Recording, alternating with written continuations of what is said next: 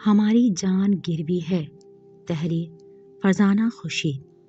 جب کوئی شخص کسی مجبوری کے تحت اپنا قیمتی سامان ضمانت کے طور پر بطور رہن رکھواتا ہے تو اس کی پوری کوشش ہوتی ہے وہ جلد از جلد اپنا گروی رکھا ہوا سامان دوبارہ حاصل کر لے.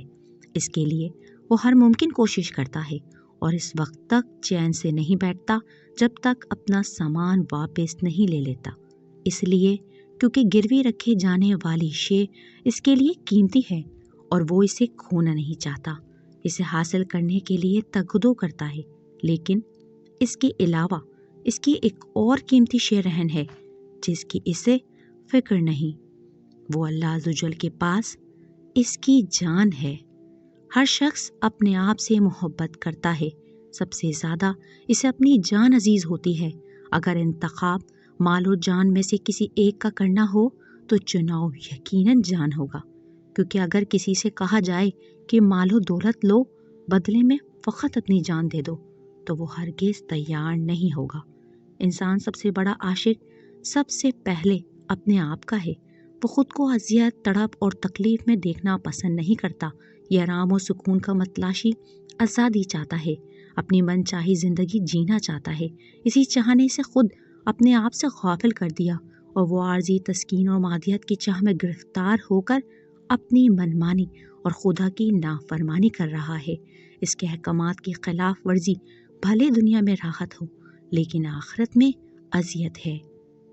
اگر کوئی شخص صحیح معنوں میں غور و فکر کرے تو اس پر اس کا مقصد تخلیق آشکار ہونے لگتا ہے کہ وہ کون ہے اور اس کا بنانے والا اس سے کیا چاہتا ہے، اسے دنیا میں کیوں بھیجا گیا ہے اور اسے جانا کہاں ہے اور وہ کس طرف جا رہا ہے. کیا صرف پیدا ہونا اور اپنی مرضی اپنے خواہشات کے تحت زندگی بسر کر کے ہی چلے جانا مقصد ہے؟ تو پھر وجہ تخلیق کیوں تھی؟ ہم اللہ کے لیے آئے اور اسی کی طرف پلٹ کر جانے والے ہیں اور ہمیں اپنی زندگی کے گزارے گئے ایک ایک لمحے کا حساب دینا ہے. اللہ قرآن حکیم کی سورہ طور میں ارشاد فرماتا ہے، ہر انسان کی جان اپنی کمائی کے بدلے رہن رکھی ہوئی ہے. انسانی جان خطرے میں ہے. بے شک انسان نقصان میں ہے سوائے ان لوگوں کے جنہوں نے اپنی زندگی اپنے خالق کے بتائے ہوئے طریقوں پر صرف کی. اللہ عزوجل کی طرف سے عطا کردہ نعمتیں، صلاحیتیں اور عقل و شعور کے لیے ہم یقیناً جوابدہ ہیں. خود سے محبت کا حقیقی تقاضا ہے کہ اپنے آپ سے وفا کی جائے. اگر ہم اپنی عقل، صلاحیتوں اور محنتوں کو اس کی اطاعت میں صرف کریں جو کہ مفہوم زندگی ہے، تب تو ممکن ہے ہماری جان بخش دی جائے، ورنہ اس کے برعکس معاملہ بڑا سنگین ہے کہ دنیا میں ہماری کمائی کے واسطے جان رہن ہے.